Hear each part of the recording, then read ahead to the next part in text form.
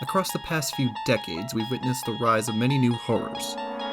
War, greed, corruption, the obscene, and even plague. But through it all, DreamWorks and Aardman blessed us with many motion pictures. Some that captured our imagination, showed us new worlds, some in which were holy even. However, it wasn't until the stars aligned that they achieved true perfection. And that perfection was Roddy. While lacking any human composure, he still carried the hubris of man, something that he wouldn't realize until the end of his incredible journey down the toilet bowl. You can't do this!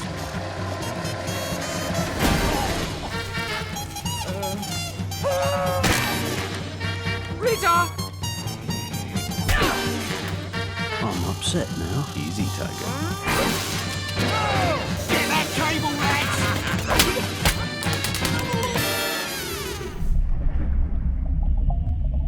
There to meet your maker, your ice maker. Kitchen. Now. The arrival. Baptism. Prophecy. Those floodgates won't hold forever, you know. Fruitcake. Pestilence. Flood. Today I'm here to talk to you about the story of one lost soul who finally finds his true path to ascension.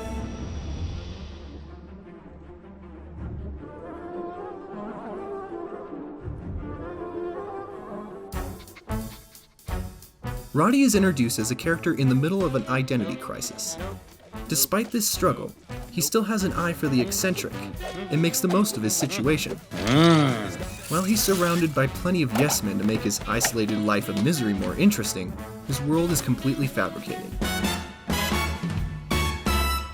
Today is gonna be the day that What are you all standing around for? Got a big day planned. Now, even if Roddy does quarantine right, he's still a homeboy trapped in a character he doesn't fully understand. I don't believe that anybody feels the way I do about you now. Alone, Roddy has no chance to grow as his own person, so he's more inclined to emulate the characters that he watches on TV, the most prominent being James Caan, his favorite character from the 007 spoof, Die Again Tomorrow.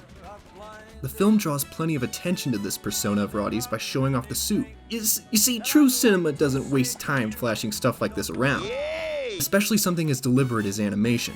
But this is the identity that he will wear for the rest of the film, and will henceforth define all his actions. Roddy doesn't just wear the suit for swagger, it's the closest thing he has to a personality, and if things don't change, Roddy will never amount to anything. Good night.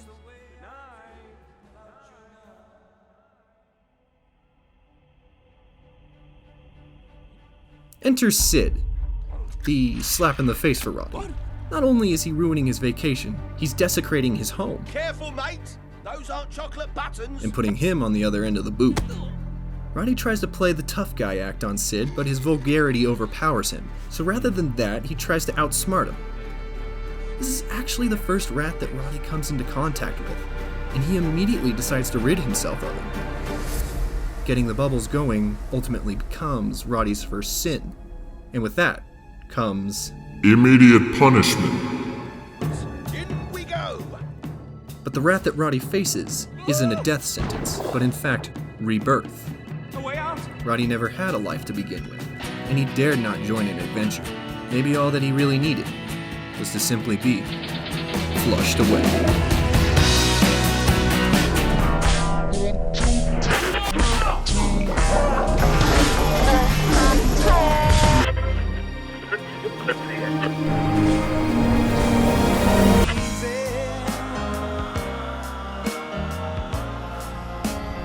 Easy like Sunday morning.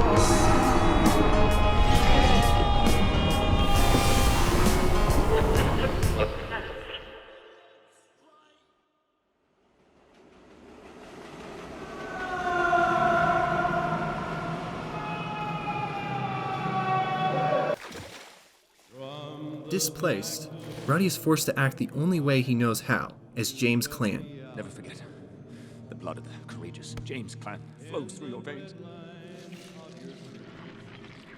And as I said before, he embodies this persona for the remainder of the rest of the whole entire film, delivering his full name the way James Bond would. Roddy and James saves the day. Even to the point where he gets himself in a lot of trouble over it. Ooh, to the touch. Easy, Tiger.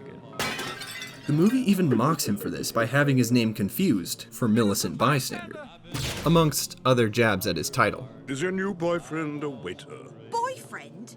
Waiter! So once Roddy enters the real world, he immediately takes action to get I live in home. Kensington. Even though everything he finds seems to brighten his horizons or attract him in some way, he still feels that urgent sense to get home. But then he meets Rita, the swashbuckling action hero he strives to be. Roddy struggles to catch up with her constantly, which is only fitting for someone as sheltered as him. Rita is a critical dose of reality for Roddy. You're all alone up here. Not only is she more down to earth than him, she teaches him that a life of extremes is a lot more work than being charming. I've been flushed from the bathroom of your heart.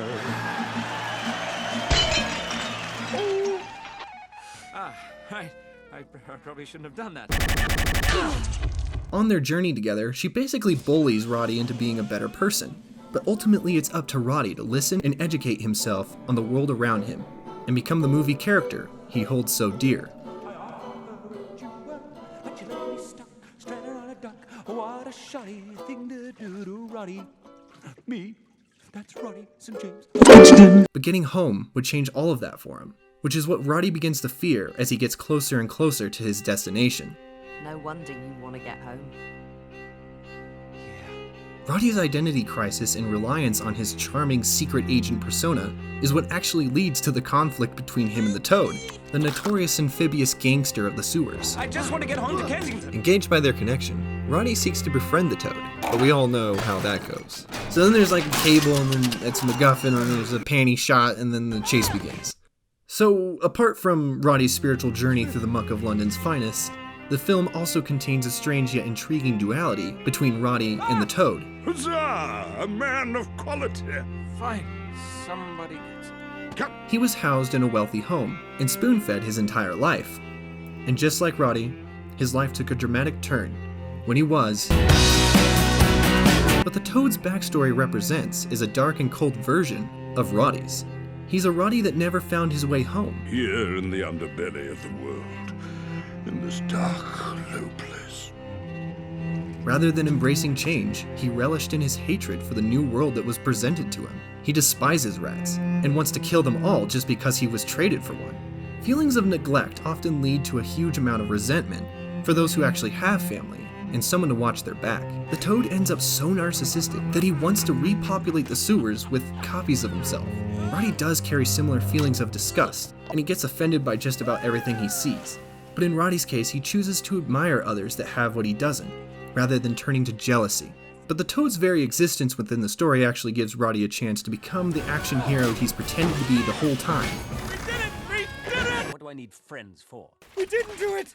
However, when Roddy finally gets home after his journey, he relapses and sinks right back down to the level he'd always been at. In fact, he actually sounds like the Toad right here. I have a serious infestation to deal with. He joins Sid in his act of gluttony and pretends like he never learned a goddamn thing on his journey. Now notice the juxtaposition of the two characters here. See, Roddy has officially sunk down to Sid's level, I'll take some of that. but put this into consideration. Word of advice, mate. Take it easy with the drink. Seriously.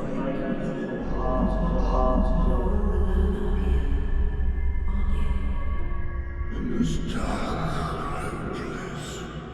If we take a look back at all the major characters in this film, they all have attributes in line with Roddy's. Take Sid, the Toad, and Rita. Each character's personality can be interpreted as a different fraction of Roddy's soul across the space-time continuum. Sid, the stay-at-home slob, is an exaggeration of Roddy's past. The Toad is the lost and world-loathing version of him from the present. And Rita, the action hero he aspires to be, is his future. Roddy's soul is undoubtedly split into 3 pieces. And by interacting and learning from each, it allows their best qualities to merge and finally complete. The all-in-one secret agent Roddy with a hot body. He makes peace with Sid and leaves his old life to him, and with one final flush, Roddy ventures away to war.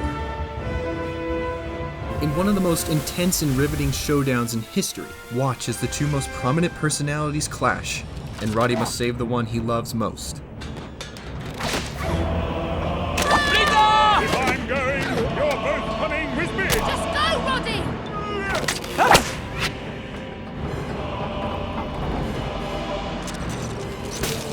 That's it. Roddy! Stop moving! Come and get me, you big slimy airbag! Roddy, look out!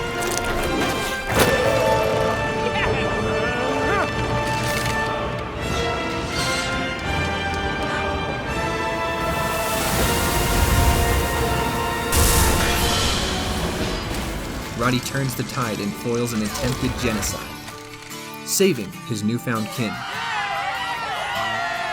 It is here where Roddy finally understands where he belongs in the universe. Big deal. Hooray for Millicent Bystander! Having his real name confused with Millicent Bystander ultimately creates a different sense of fulfillment for Roddy. This allows him to be rewarded without stroking his ego. Because real life fulfillment does not come from something you just do for yourself, but for others. Otherwise, you're just alone. There really is no movie like Flushed Away. It's a journey of wackiness filled to the brim with substance. Everywhere Roddy goes, voices follow him, calling out his feelings and conflictions left and right. But behind the perfection, there's a profound message to be learned in Flushed Away.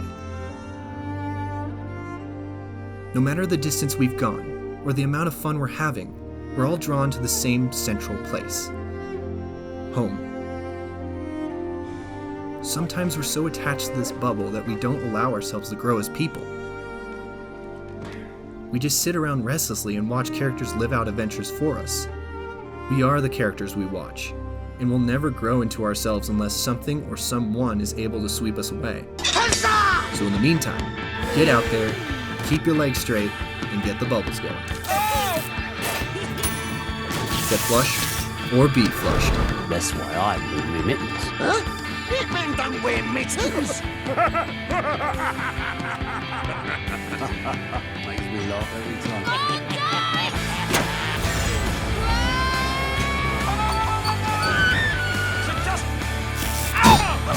Keep your legs straight! Excellent idea.